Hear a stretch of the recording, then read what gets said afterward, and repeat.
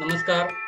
NMMS परीक्षा मार्गदर्शन इयत्ता 8वी सामान्य विज्ञान या विषयामधील बहुपर्यायी प्रश्नांची मालिका आपण पाहत आहोत. या भागामध्ये प्रकरण क्रमांक 4 धाराविद्युत आणि चुंबकत्व या प्रकरणामधील 10 बहुपर्यायी प्रश्नांची माहिती घेऊया.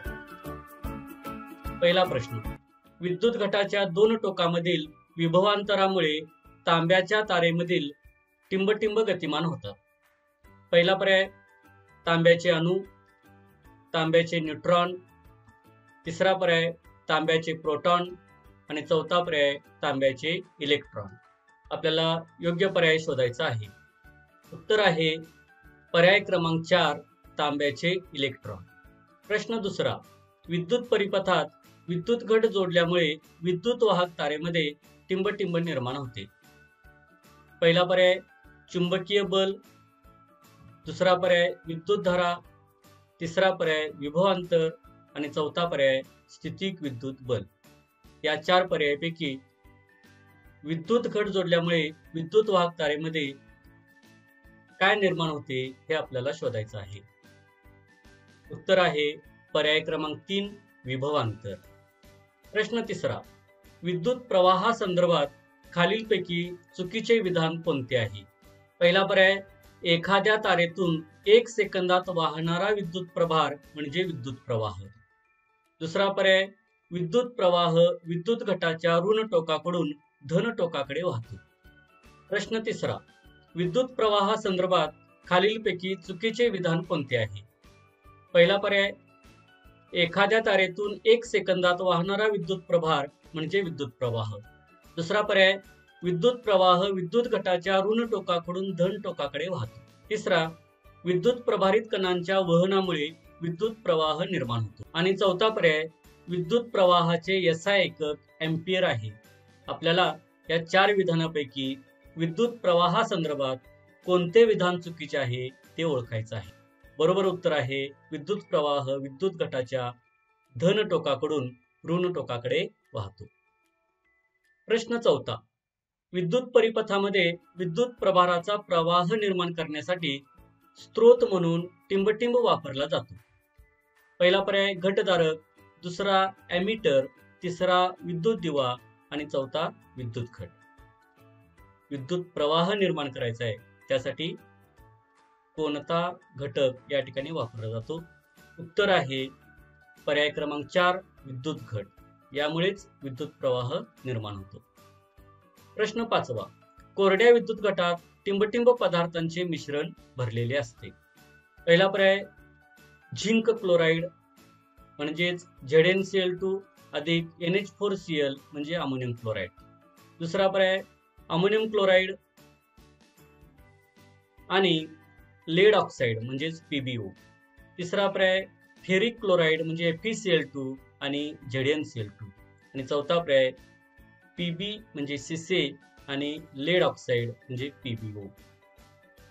आपल्याला कोरड्या विद्युत घटामध्ये कोणते पदार्थ भरलेले असतात ते ओळखायचं आहे.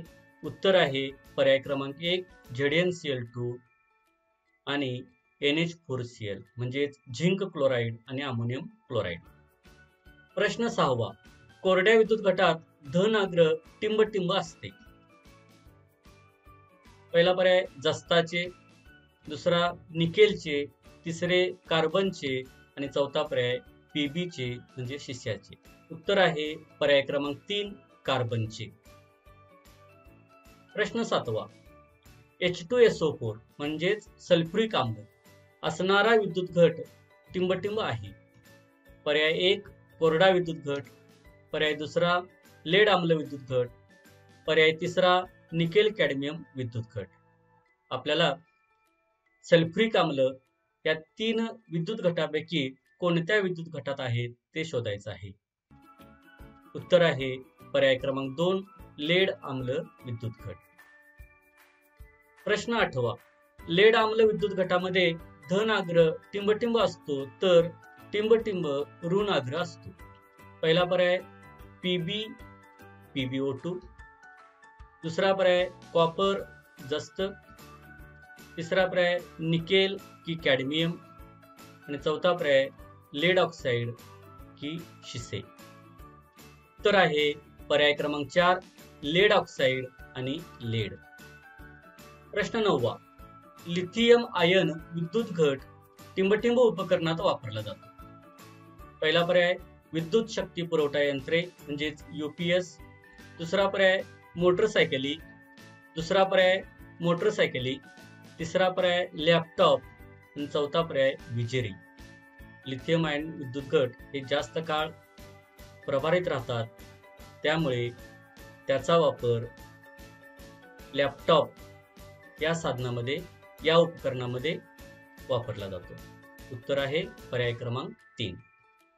प्रश्न 10. तारेमधून विद्युत प्रवाह नेल्यास चुंबकीय क्षेत्र निर्माण होते. हा शोध टिंबटिंब शास्त्रज्ञांनी लावला. पर्याय हान्स ख्रिस्तियन ओरस्टेड. दुसरा पर्याय मायकेल फॅरेडे. तिसरा पर्याय नील्स बोर आणि चौथा पर्याय सर जे थॉम्सन. चुंबकीय क्षेत्र निर्माण होते हा शोध हान्स ख्रिस्तियन ओरस्टेड या शास्त्रज्ञाने लावलेला आहे. म्हणजेच उत्तर आहे पर्याय क्रमांक 1. अशा रीतीने धाराविद्युत आणि चुंबकत्व या प्रकरणामधील 10 प्रश्नांची आपण माहिती घेतलेली आहे. हे प्रश्न निश्चितच तुम्हाला उपयोगी आहेत. धन्यवाद.